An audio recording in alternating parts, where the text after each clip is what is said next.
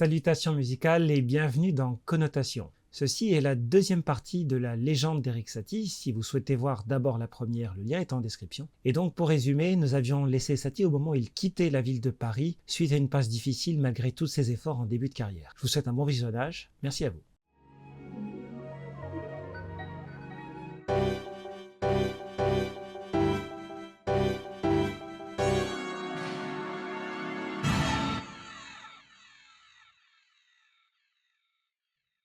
Au cours des années, la pauvreté avait petit à petit grignoté le confort de Satie, qui avait, au fur et à mesure du temps, emménagé dans des appartements de plus en plus lugubres, jusqu'à finir par louer un réduit dans lequel il pouvait à peine, voire pas du tout, tenir debout et qu'il surnomma donc le placard. À Arcueil, il emménage dans la maison aux 4 cheminées dans une simple chambre. Il ne laissera jamais personne y entrer et il fera pendant presque 20 ans, quasiment tous les jours, l'aller-retour à pied vers Paris, soit environ une vingtaine de kilomètres. Satie gagne sa vie comme pianiste dans les bars et les auberges. Il réalise des chansons et des accompagnements de piano pour le cabaret et le music-hall. Le chansonnier Vincent Ispa et la star Paulette Darty seront les principaux artistes, en tout cas les plus connus, pour qui il travaillera à faire cette musique commerciale, divertissante, extrêmement efficace, à milieu du conservatoire et des excentricités d'avant-garde. Il sera aussi, à un certain moment de sa vie, membre du Parti socialiste et fera partie du patronage laïque de la ville d'Arcueil.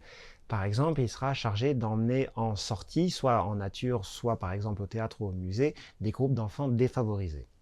De toute cette période, hormis quelques valses chantées comme « Je te veux », qui sont auréolées d'un joli succès, Satie ne laisse filtrer qu'une seule pièce, les 3 morceaux en forme de poire, qui sont en fait 7 morceaux. Rien que ce titre est déjà devenu une légende à lui tout seul au bout d'un certain temps, et ces pièces sont en fait un résumé de l'ensemble des styles et des techniques par lesquels il a passé au cours des décennies précédentes. Mais soudainement, il décide à l'âge de 40 ans de reprendre ses études de composition de la manière la plus académique qui soit, ou presque, et s'inscrit à la Schola Cantorum, une école rivale du conservatoire, mais tout aussi sévère dans l'enseignement sous la houlette de Vincent d'Indy. Il en sort diplôme de contrepoint en poche et se met à écrire dans un style totalement différent. C'est alors que ses pièces de jeunesse connaissent un succès totalement inattendu.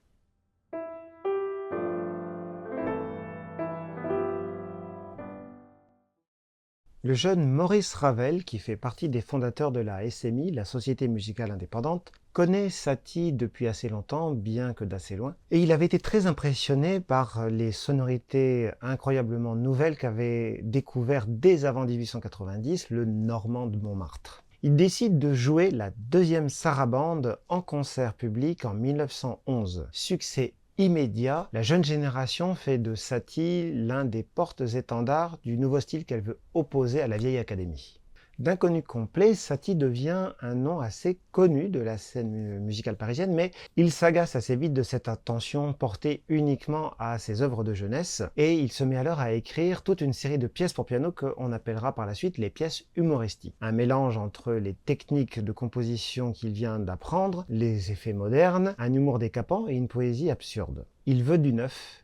Il veut aller de l'avant. Il rencontre le tout jeune Jean Cocteau qui souhaite trouver un compositeur avec qui il pourra monter un spectacle pour impressionner l'impresario Serge de Diaghilev et ainsi avoir une chance de peut-être percer sur le devant de la scène parisienne. Cocteau pense que Satie va lui permettre d'y arriver, mais celui-ci lui répond « D'accord, mais pas avec mes œuvres anciennes, faisons du nouveau ». Ce sera le ballet Parade avec des décors de Picasso créés dans un scandale immense en 1917 au Théâtre du Châtelet. À cela s'ajoute un procès intenté contre Satie par le critique Jean Puig, outré d'avoir reçu une carte postale du compositeur qui le traitait de... Voilà. Satie frise la prison et finalement condamné à une amende symbolique. Désormais, il est le héros de l'avant-garde. La légende est définitivement acquise. Satie est toujours pauvre, mais il est désormais célèbre. Et surtout, il est célèbre auprès de la jeune génération. Néanmoins, il persiste à avancer. Et ayant déjà pressenti le mouvement néoclassique, il écrit une œuvre qui s'intitule Socrate et qui en sera l'un des premiers exemples vraiment frappants. Il a également pressenti le mouvement Dada qui, né 1 ou 2 ans auparavant en Suisse et en Allemagne, s'apprête à déferler sur Paris et va révolutionner le monde de l'art. En 1920, le critique Henri Collet écrit un article de journal où il bombarde Satie, chef de file du groupe des 6, un rassemblement de 6 jeunes compositeurs qui n'ont pas vraiment de point commun en termes de style, mais qui sont tous amis les uns des autres et tous plus ou moins opposés au vieux style du début du siècle de l'Académie. Collet trouve pertinent de leur donner comme mentor Jean Cocteau et donc Satie lui-même. L'histoire le gardera longtemps fortement attaché à cette idée de groupe des 6, mais il prend déjà ses distances et finira par se fâcher. Il finira par se fâcher avec à peu près tout le monde et fondera encore un nouveau groupe un peu plus tard à Arcueil. Il écrit des textes dans des revues et des magazines où il manie comme personne un mélange de poésie absurde, d'humour grinçant, de ton polémique, d'observations prophétiques sur l'histoire de l'art et une sorte de, comment dirais-je, de tendance à la confession pudique dans les écrits. C'est très curieux à décrire. En tout cas, quand vous lisez ça, vous êtes obligé d'admettre que personne d'autre n'écrit comme lui. Il parachève son itinéraire vers la reconnaissance artistique en participant à l'art le plus moderne qui soit, le cinéma. Il fait une courte apparition en tant qu'acteur aux côtés du peintre et poète Francis Picabia dans un film de René Clair qui s'appelle Entr'acte et dont il écrit la musique pour un passage central qui porte ce même nom, Entr'acte, et qui anticipe avec près de 40 ans d'avance l'avènement des musiques minimalistes et répétitives.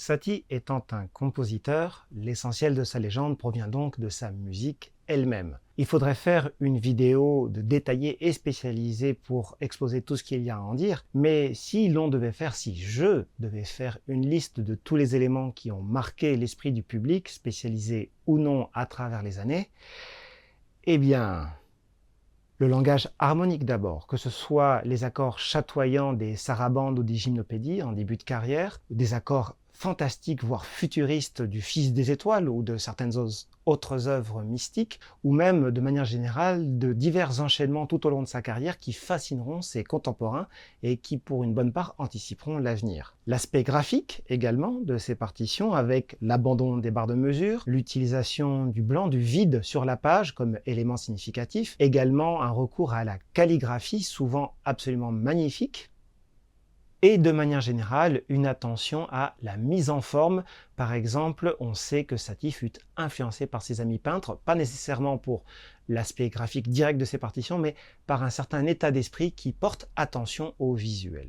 On peut ajouter à cela l'intérêt pour la spiritualité, notamment inspiré du Moyen-Âge, le recours au chant grégorien, qui amènera Satie à expérimenter avec une recherche de statisme, de lenteur et de simplicité générale. Dans un tout autre style, il y a également les fameuses valses Je te veux et Poudre d'or, éléments exemplaires du style de café-concert dans lequel Satie s'illustrera au milieu de sa carrière. Il y aura les citations, les collages stylistiques, le recours à un style faussement populaire pour permettre au public de se repérer dans ses musiques. Il y a également l'humour, que ce soit dans les titres, les textes qui accompagnent la musique, ou même la musique elle-même qui n'hésite pas à recourir à des effets qui annoncent d'une certaine manière, par exemple, les musiques de cartoon. On peut citer également le néoclassicisme, le fait de volontairement s'inspirer du style de l'époque classique ou baroque en le déformant plus ou moins selon les besoins, et de manière plus générale, la recherche d'une esthétique plus épurée, plus assouplie, comme dans Socrate. Enfin, et malgré mille autres choses que l'on pourrait citer, il est important aussi de pointer du doigt certaines pièces dadaïstes ou absurdes, conceptuelles. Par exemple, les fameuses musiques d'ameublement, faites normalement uniquement pour servir de tapisserie sonore à des discussions entre personnes, et dont la première n'aura pas un très grand succès, car malgré l'insistance de Satie à dire au public ne vous asseyez pas, n'écoutez pas cette musique, continuez à parler entre vous, les gens continueront à penser qu'il s'agissait d'un concert normal. Dernier point, Satie s'est aussi illustré comme précurseur du minimalisme, notamment avec Entr'acte à la fin de sa carrière, où il ose le simple fait de répéter de courtes sections pendant un temps défini, sans aucun changement ni modification.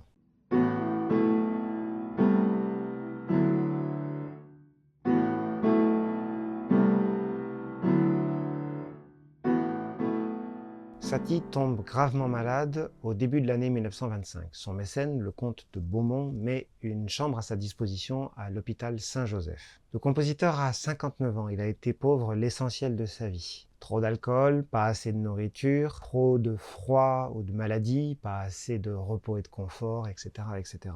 Il a décrit la pauvreté comme une petite fille aux grands yeux verts qui s'est un jour invitée chez lui et qui n'est plus jamais repartie. Il se réaffirme catholique, reçoit un prêtre, mais refuse de revoir ceux avec qui il s'était brouillé au cours des années passées.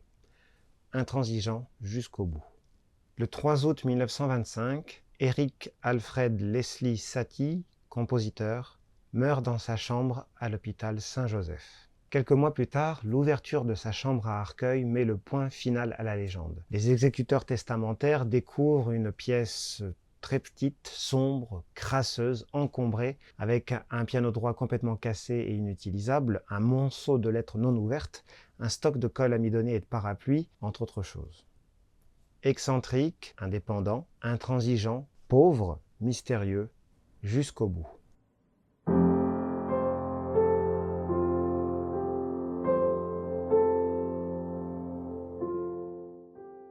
Satie a été un personnage de l'histoire de la musique à nul autre pareil. Intransigeant, totalement indépendant, il a pris au cours de sa carrière une série de décisions radicales qui lui ont permis de se distinguer, mais pour lesquelles il a payé le prix fort, notamment par la pauvreté et l'isolement.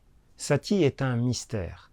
Calcule-t-il vraiment de A à Z ses choix vestimentaires, ses critiques assassines, ses nombreuses excentricités, ses coups d'éclat publics? Est-ce seulement de la provocation ou bien est-il totalement sincère? Il est impossible de le savoir vraiment. Il y a toujours une ambiguïté, c'est toujours un peu plus complexe que ça. Satie est au centre de coups d'éclat qui le mettent en lumière sur la scène artistique, mais en fait, au bout de quelques années, à la fin même de sa carrière, et bien plus tard après un temps d'éclipse, c'est autre chose qui se produit, il devient un personnage phare de la mythologie de l'art moderne. Si l'on relaie des anecdotes sur la vie de Satie, ce n'est pas juste parce qu'elles sont fascinantes ou qu'il y a des bizarreries inexplicables. C'est d'abord parce que Satie écrit de la musique qui marque et qui joue un rôle important dans l'histoire de la musique. Satie n'est pas juste quelqu'un de bizarre, c'est quelqu'un qui est très préoccupé de ce qu'il fait, et ce qu'il fait, c'est d'abord de la musique. Cependant, même en essayant de prendre la musique pour elle-même à côté de la légende, les choses auraient pu ne pas suffire. Cette légende a permis à Satie de rester dans la conscience collective, mais pour cela, encore a-t-il fallu que des gens reçoivent cette légende, la transmettent et la fassent vivre. Ce sera le sujet de notre prochaine vidéo, l'héritage d'Erik Satie. Merci beaucoup pour le visionnage, portez-vous bien et à très bientôt. Ciao!